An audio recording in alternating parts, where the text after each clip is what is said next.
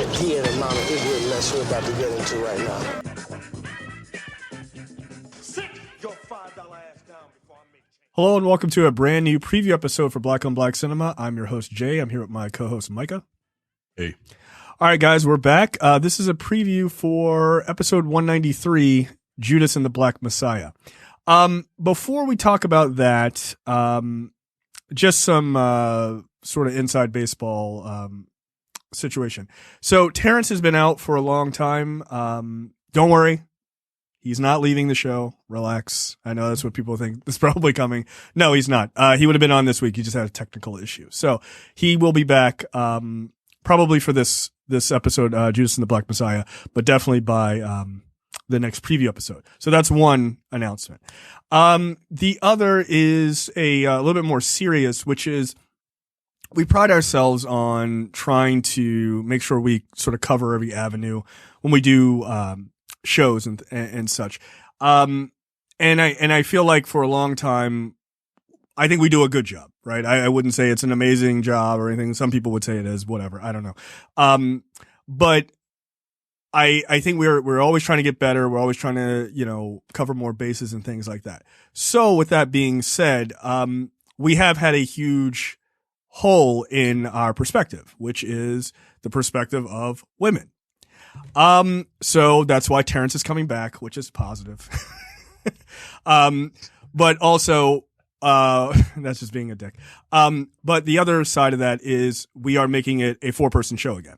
So, to that, I would welcome, our new 4th member, Tiara, who has definitely been on the show before, who is muted. So she probably should unmute first. Yeah. So hi, there she is. So the 4th member of the show, officially starting this week. yay! I'm so glad to be here. Yeah. Welcome, Tiana. Yo, The disrespect starts already. we are not all the same, Micah. It Everyone is looks alike. Tiara, pronounced like the crown, but not spelled that way. So you've definitely had to tell white people that a number of times because you have that line ready and they're like, oh, Yes, okay. it is. That is a daily thing I had to do when I meet someone new and have to tell them what my name is and how to spell it. Yeah. Yeah, because they're like, hey, Tara. Yeah. Tara, TR. If you're from Baltimore, TR. No second A. It's actually from West. If you're from West Baltimore, it's TR. But no, just Tiara, T''ARA. There you That's go. it. Well, we are happy to have you as a permanent member. Yeah, I always enjoy having you on as a guest. So it's high time. Yes. High time. Finally, a woman has infiltrated the show. Yes. Yeah. Well, we're in a world of trouble. Black woman agenda. Yeah, I know. You. Of Black cinema. Well, the nice thing is, since we don't pay much here, we still get to pay you 75 cents on the dollar. So 75 cents literally is what you get paid versus our dollar, right? That's how it works. You know what? I'm really glad you said this so that way I can lodge a complaint about pay discrimination. Yeah. Oh, we'll have a whole preview episode about it. So next week we will dig into Judas and the Black Messiah. Look for that episode 193 for that. So the random topic this week is something I've been thinking about a lot over the last number of weeks with all these new black movies coming out. And seeing some of the responses I think are pretty interesting.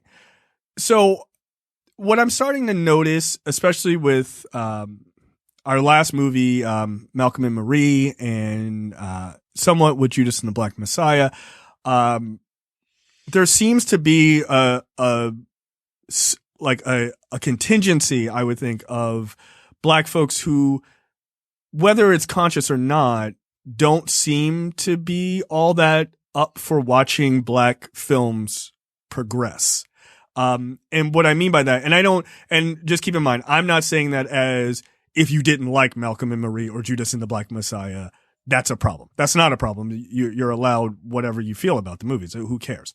But I've seen like weird criticism of, sort of just like we've always wanted Black movies to be diverse and have different stories and like different perspectives, but it seems like a lot of people don't really want to move them outside of like the 1990s.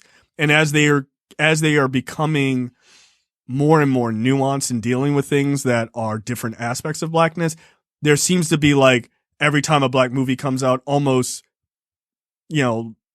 like clockwork, it's like, don't go see this movie because X, Y, and Z, like from Black people to Black people, which is just very weird to me. I don't know. Maybe I'm on an island. Maybe I'm the only one noticing this, but it just seems to me that there is like a small box Black movies are allowed to play in for a lot of people. And I don't know. It seems odd to me.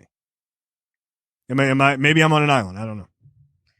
No, I hear what you're saying, and just for the record, it's a small group of Black people who are doing this. Yeah, it's not even it's not the majority, right? But no, by any means, it's a loud small group of people who are doing this. I think the best example I can think of right now is the response to Lovecraft Country by some folks. There was a lot of criticism about colorism, especially when it comes to Ruby's character versus Letty's character. People not liking that show because Letty was portrayed as a hero. Meanwhile, Ruby is portrayed as a villain, and that's wrong because she's not allowed to be nuanced. There were some conversations about tick being problematic, and which is, I know this like the favorite word that you guys love, the term problematic. Oh yeah. But I think when why? Because of his homophobia? Is that the reason why? Yeah, his homophobia and his treatment of yes, like 1950s. A man growing up in the 1950s. Like what? I know the show came out in 2020, but the show takes place in 1950s. Like, forget all of that context. It doesn't matter. I need to apply my 2020, 2021 lens to this period piece. Right. But when people think about like 90s films and TV, it was sort of a golden era of Black entertainment. We were doing things. We were like the high exec at a marketing firm. We were the lawyer, the doctor. We had like the middle class, upper middle class family. And we wanted to continue to see that, but we don't see that as much anymore. I agree that we should have that type of entertainment come back. But at the same time, the stuff that we're seeing now with more nuanced Black characters, especially including characters and actors of different time periods and of like different parts of diaspora, is also a pretty good thing. I think what I'm worried about is seeing people's criticisms impact artists, because it is like a loud segment of people on social media.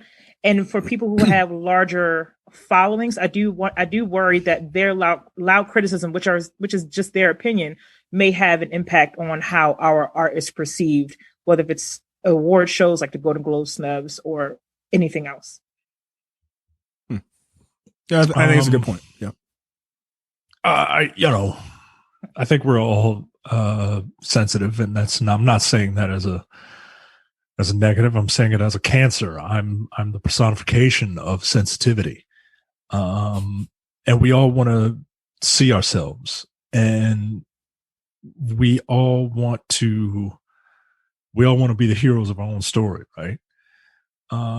But society has really beaten us down, to the point where we feel like we have to get defensive about everything. We've said it countless times, right? Like Black people want to see themselves be perfect because movies and TV, they're an escape from this very imperfect world. Right. And, there's nothing wrong with that. But at the same time, it's not every story would be fake. Like, not every story, but a large majority of stories wouldn't be authentic. I've said this before and I'll say it again. Sometimes you really need to have your more serious stuff, your stuff where Black people are flawed, just to kind of make sure that we stay grounded. There's nothing wrong with black girl magic and stuff like that. But like, if some black woman puts Gorilla Glue in their hair and they're neurotypical, I'm gonna make fun of them, because that's, sorry, I would do it if it was literally anyone else. There's a white dude who did it today. Look, you're an idiot too. Whatever. Right. And there was a black dude who put a red Solo cup with Gorilla Glue to his mouth. So.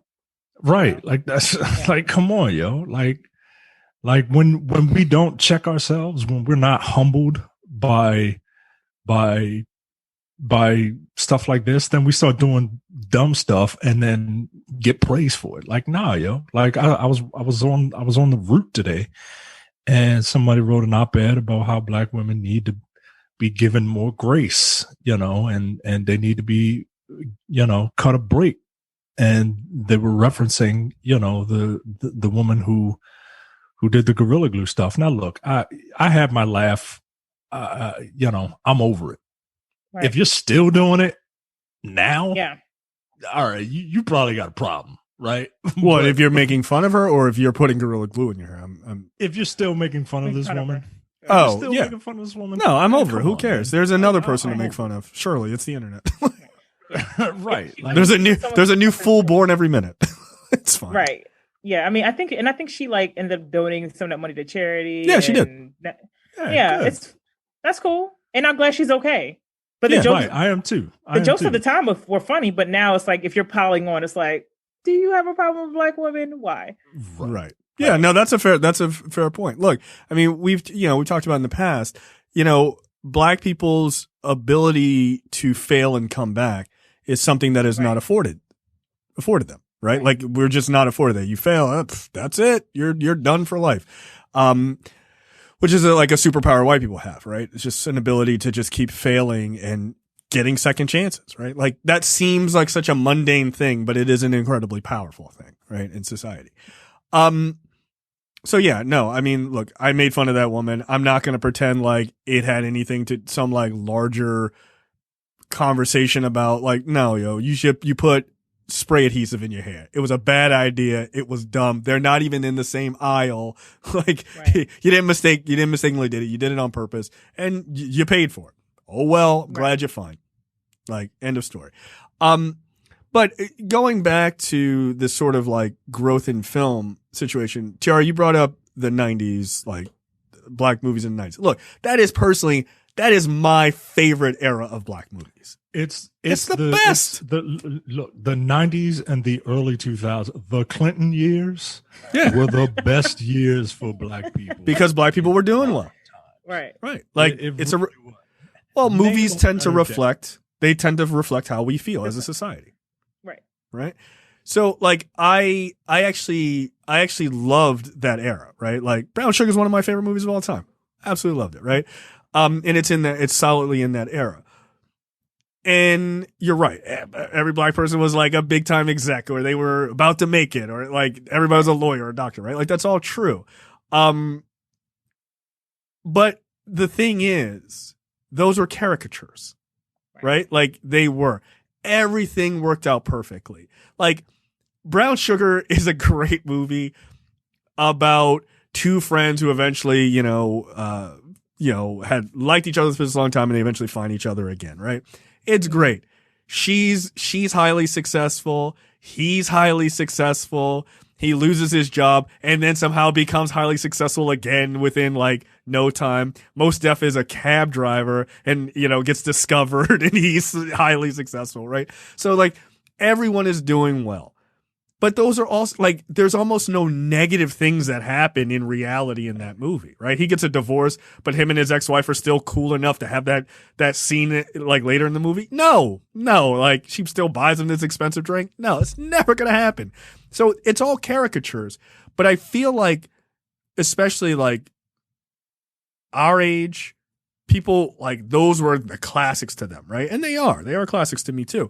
But some people don't want to move outside of that box. And so anything that moves outside of like, Malcolm and Marie is a perfect example, which is, it is about a toxic relationship. And the thing is, it ain't just on one side. It shows the shittiness of two people, both black people, and it's like the shittiness of Malcolm and the shittiness of Marie. That's it. Right. And their disastrous relationship. But like, that's reality. A lot of relationships, maybe not nearly as toxic, I would hope not, as that, but have some pretty deep-seated, messed up things about them, right? Most relationships do. So it's like when you show that vulnerability, right, of black people, and I'll quickly finish here, but like when you show that vulnerability, it is dangerous, right? I can understand why black people why we don't want to have that out there, because like even when we don't show negativity, our positive things are turned against us and treated as negatives, or just mundane things about us, the way we look or things like that are treated as negatives, and they have been for a long time. So we're really protective of that. But if you want us to progress, like especially in the like storytelling medium of television and movies, you have to show the crust of a motherfucker, not just the white part of the bread, right? Like that's just who humans are. And for us to move closer and closer to actual equality, we have to be able to see ourselves in positive and negative lights and shades of gray. Like that's just the way people are. Like I just don't understand this like hard black and white line that people put up. I get it. I just don't agree with it. Is what I should say. I totally understand it, but I don't agree with it. Well, I think probably like one of the best examples we have now is Insecure, right? A show that is contemporary. It kind of deals with some of today's issues, and the characters are very gray, not black nor white, good nor evil. But do you think that do you see the kind of criticism towards that show as you do towards things like Malcolm Marie or the recent movie that came out with Daniel Kaluuya? I can't think of it right now. Oh, Judas and the Black Messiah. Yeah. Right. Yeah, no. Do you see that with shows like Insecure? That's the reason I stopped watching Insecure. Like people on the internet were driving me crazy. Every week people were just getting into massive arguments, and I'm like, these are not real people, right? Like, are we aware of this? But people felt so strongly about that. Like, yeah, I think it's because they are nuanced. It's like, and that's a good thing. They should be. Oh, I would say that I haven't seen any criticisms about that show, about the nuance, about how nuanced it is, but rather people interjecting themselves and their personal experiences onto these characters instead. But I think Insecure is a really good example of how you can write characters to be nuanced. I'm just not sure why, when you do have other movies and film, like for instance, like Lovecraft Country, where it's clear that the characters are going to have some problematic views, or that these characters are going to be shown as fully humans, where you may not always agree with them some of the time, but you are glad that this reputation is there. But why you see that towards those types of films, but not more contemporary ones like Insecure. And it also makes you wonder if it's because when we see like these period pieces that come out, it's also tied to the whole I don't want to see black trauma trope that we see on the internet. Yeah. Yeah, I mean, no, I think you're right. So I will correct what I said. I do think you're right. It is more about people injecting themselves into their opinions of that show. And again, I stopped watching it, and not because of the quality of the show. I really, really enjoyed it. The internet, like all of the internet kerfluffle every Monday or whatever after it came on was just like, all right, it turned me off to the show. But like my whole thing is, yeah, I do think people interject themselves too much.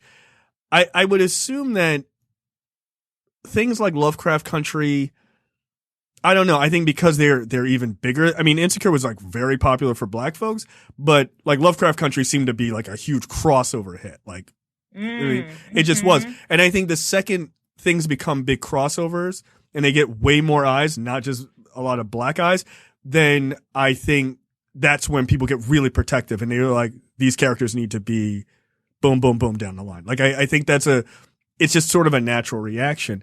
Yeah, it's fascinating. Which is interesting. It's interesting because then some of those same critics will say we shouldn't be doing things for other people's gazes, i.e. the white gaze, right? Yeah. But isn't part of art letting people see you as you in your art, and then letting them decide how they want to perceive it, instead of trying to control How they do it. every single aspect of it, so that way you can try to garner a response from a certain audience that may not be yours.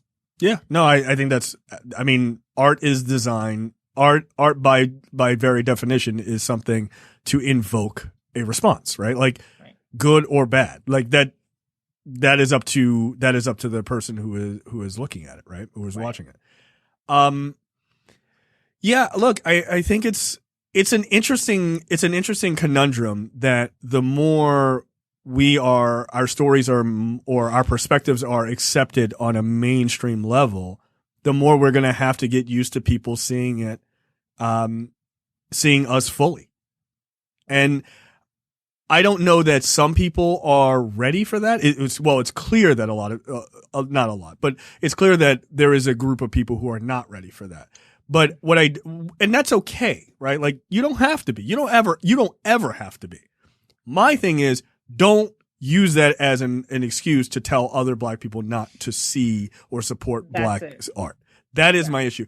Because again, you cannot like it. That's a different story, right? You can watch any of these new movies or shows and be like, I just don't like it. Like for whatever reason, I don't like the cinematography. I don't like the writing. Those are all valid viewpoints, right? Like they just are. But to tell people not to support something because it's showing, I don't know, like Judas and the Black Messiah, right? Like I don't know her work, but the rapper No Name was like, this movie is about an FBI informant. Boom, flat out, don't see it. That's not true. Like it's not true. But it's this idea of if we show any level of nuance in stories, then it's invalid. And that's not how art works. Two, that shouldn't be how our art works, because you were throwing away hard work by Black people. Like, look at the production list for Judas and the Black Messiah. It is Black all the way up and down, right? This movie does not get made without Black people in every aspect of it. So it's like, and also it's a great movie. Spoiler alert for our review. That's my issue. I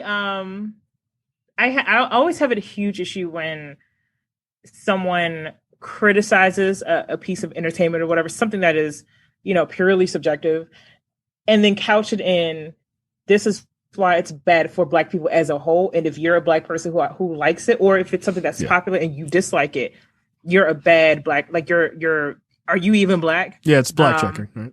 Yeah, I think sometimes I see that line being crossed and I'm like, it's okay if it's not for you. If it's okay if it's a piece of art that you don't relate to. And I think that's another thing.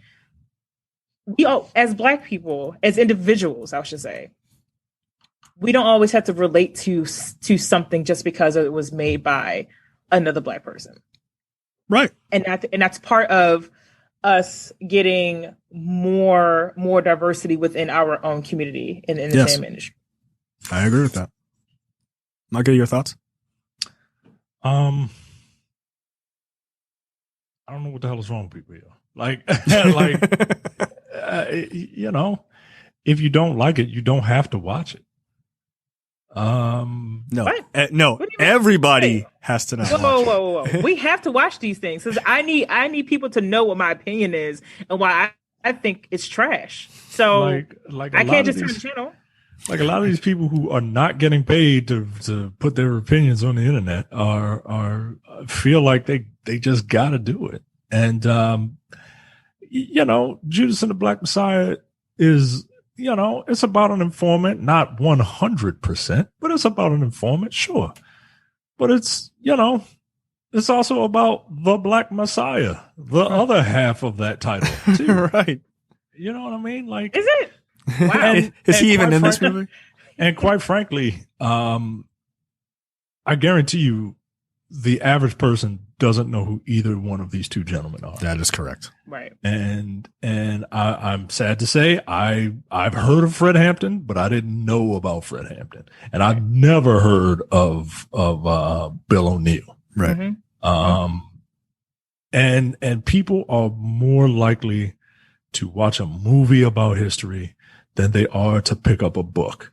That's just a fact, yo. It's just a fact. The average person will watch history before they read about it. So to and that's the funny thing. That person is an artist. Like that person is an artist. That is the thing I don't understand. To not, you're a creative, and I get it. Like if you don't like it, yeah, I like it, but if you don't like it, I understand. Right. My brain understands that you do not like it. But I don't know. I don't know.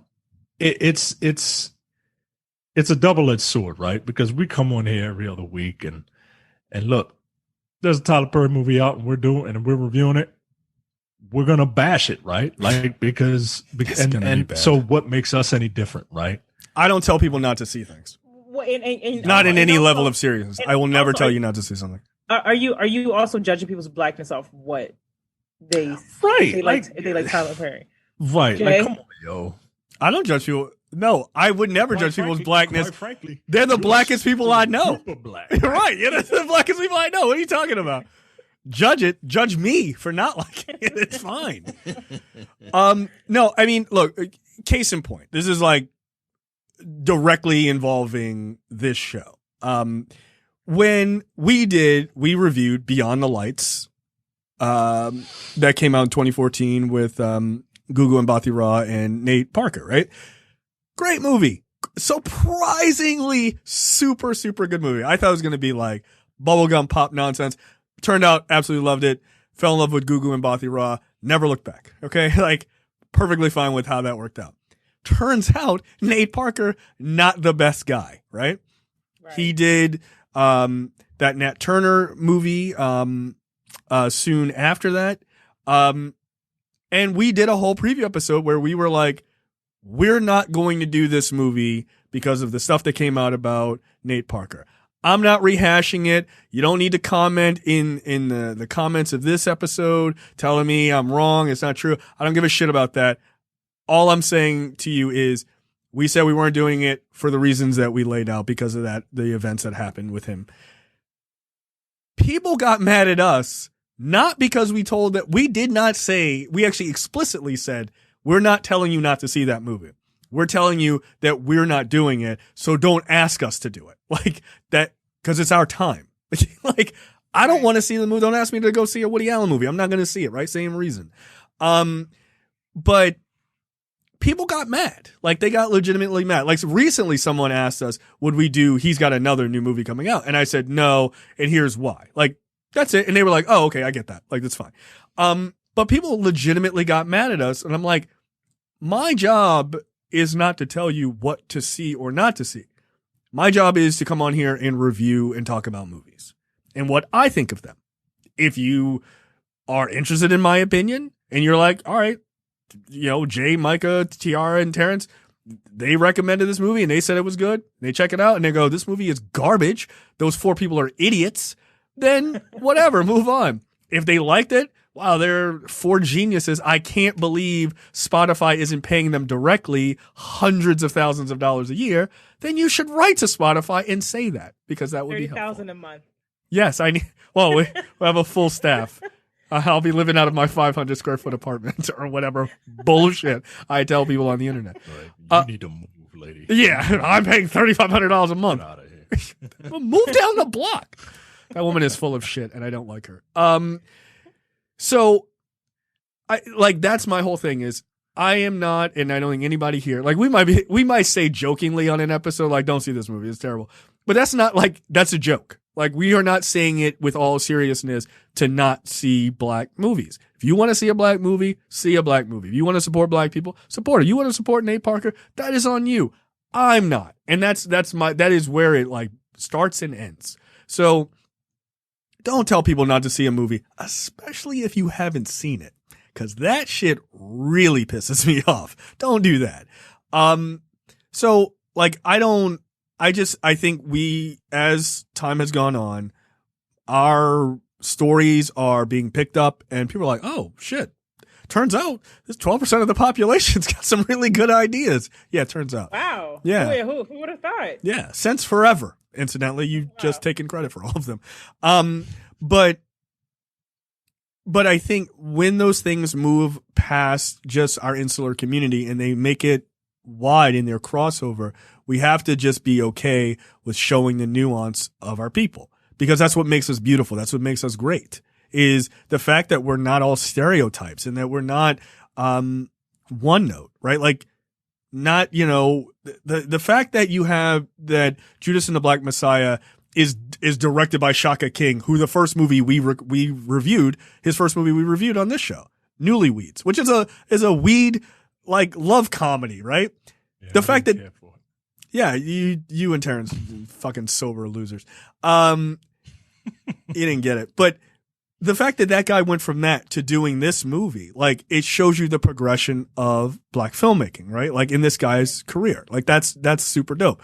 The fact that Kenny and Keith Lucas, those twin comedians, that they helped write this story. Those guys are comedians and they help write. There is nothing comedic or light about Judas and the Black Messiah. It is a very serious movie. Lakeith Stanfield, who is a dork by all accounts, right? He's like an anime nerd and all that stuff. This guy has gone from like small parts into being one of the better actors of his generation. Like, that's the progress that we're seeing. So give black people space to move, right? Give black people space to expand and try new things. Don't put these black artists in a box because if you're a person who is afraid to move outside of that box yourself. And that's okay and it's understandable. I get it. That's not a judgment. But we shouldn't try to hold art back if we're not ready to move as fast as it is. Like, I think you have to let the art speak for itself. And yes, and I don't want to like not mention Daniel Kaluuya, because he's also amazing in this. And also, the art that we create should challenge you, like, especially if it's really good. Like, if it's really good and it's complex and it's something that you haven't seen before, it should challenge you. Right. Something challenging you and challenging your way of thinking doesn't make it bad, and it doesn't require harsh criticism per se. I think, and I also think because of how immediate social media is, we feel like we have to get out that first thought. It's actually okay to just sit with something for a few days and then think about what that movie or TV show has sparked for you, and then watch it again if you need to before giving some sort of commentary. Right. I agree with that. Like, I have so many more opinions about Malcolm and Marie after watching it a second time with my wife. Yeah, I mean, it's like, some things need to sit a little bit longer than just a tweet in the middle of the movie, right? Like, you're not actually paying attention. Like, you're not. Put your phone down. You're missing important things. Oh shit! Did he say that? Yeah, he said that. You were in the middle of a fire take. like it's okay. Just give it 2 minutes or 2 hours. So yeah. I think that's it for this preview episode. Again, welcome aboard the madness that is the show, Tiara. Yeah, that's right. Your Jamaican fire horns. That's what you bring. That's what you bring to the show. Wow. A woman's perspective and Jamaican fire horns. That is. Oh wait. Also, y'all don't know, but Jay is West Indian now. Yeah, so. No. After watching Small Axe, yeah, I'm all in. Rice and peas. What's some other things you people eat? Or excuse me, our people. What do we? What else do we eat?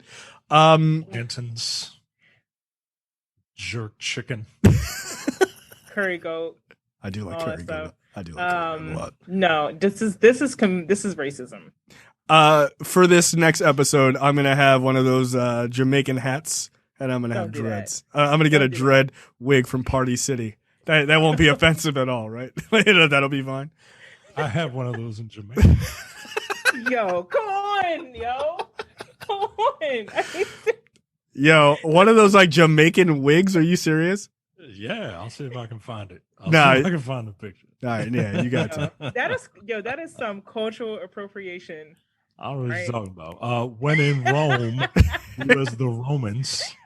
That's how it works. That's the saying. That's the saying that white people came up with. So when they went to other people's cultures, they could just do whatever they wanted. Why can't I wear these little beads in my hair? It's fine. It's only 50 cents a braid. I was going to ask if the natives are okay with it, Michael, but pretty sure you gave them money. So they were like, we don't care. They didn't care. They don't give a goddamn. Like, look at this dumb American with this fucking dreadlock wig on. Look at this bumbaclot or whatever. Whatever Jamaican term. I do know what that word means, and it's really highly offensive. When Andy listens to this, Andy, you know what to do. Throw the flag. Yeah, that's a solid racism flag. All right, that's it for this preview episode. We will see you guys next week for episode 193, Judas and the Black Messiah, which you can watch on HBO Max before it leaves, or in theaters if you're in a place that people know how to behave. All right, we'll see you guys next time. See ya. Bye. Bye. You're watching the Black on Black Cinema YouTube channel. Make sure you check out our full reviews of black movies, past and present. And every other week, we do a preview episode where we talk about a random topic that affects the black community.